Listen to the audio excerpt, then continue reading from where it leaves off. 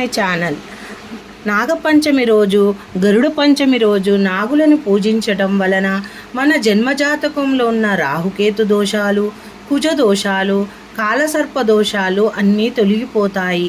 కాలసర్ప దోషాలు, కాలము సర్పము అనగా కాలుడు అంటే కాలభైరవుడు, సర్పం అంటే దానికి అధిష్టాన దేవుడైన సుబ్రహ్మణ్యుడు సర్పరూపంలో ఉంటాడు.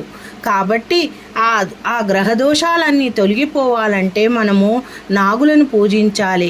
ఇంకొకటి సైంటిఫిక్ ప్రకారం కూడా మనకి సంతానోత్పత్తికి కారణమైన కణాలు కూడా మనకి ఆ రూపంగా ఉంటాయి. కాబట్టి మనము సంతానాన్ని పొందాలంటే నాగులని పూజించడము ఒక ఆచారంగా మారింది వేదాల ప్రకారము.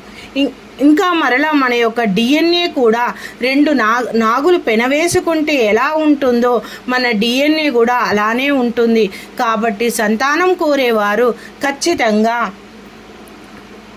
చవితి, పంచమి, షష్ఠి ప్రతి మాసంలో వచ్చే ఈ 3 తిథులని ఒక నియమనిష్టలతోటి నాగులను పూజించిన, సుబ్రహ్మణ్య స్వామిని పూజించిన ఎంతో కాలం నుంచి సంతానం లేని వారికి సంతానం కలుగుతుంది. ఇంకా కుజదోషాలు, పెళ్లి కాకుండా, పిల్లలు లేకుండా, ఒకవేళ పెళ్ళైనా కలహాలతో జీవితాలు ఖరాబ్ అవుతున్నా ఇలాంటి వారు కూడా నాగులను పూజిస్తే కుజదోషాలు కూడా తొలగిపోతాయి. దానికి కుజదోషాలని తొలగించడానికి సుబ్రహ్మణ్య స్వామి అధిష్టాన దేవుడు. కావున నాగులని పూజించడం మనకు తరతరాల నుంచి ఒక ఆచారంగా ఉంది.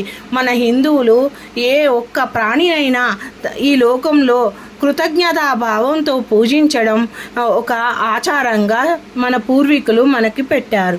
కావున నాగపంచమి రోజు మనము భక్తి శ్రద్ధలతో నాగులను పూజించడం వలన జన్మజాతకంలో ఉన్న దోషాలన్నీ తొలగిపోయి ఆయురారోగ్యాలతోటి, పిల్ల పాపలతోటి వంశాభివృద్ధిని పొంది సుఖంగా ఉంటారు. Thank you for watching my video, my channel.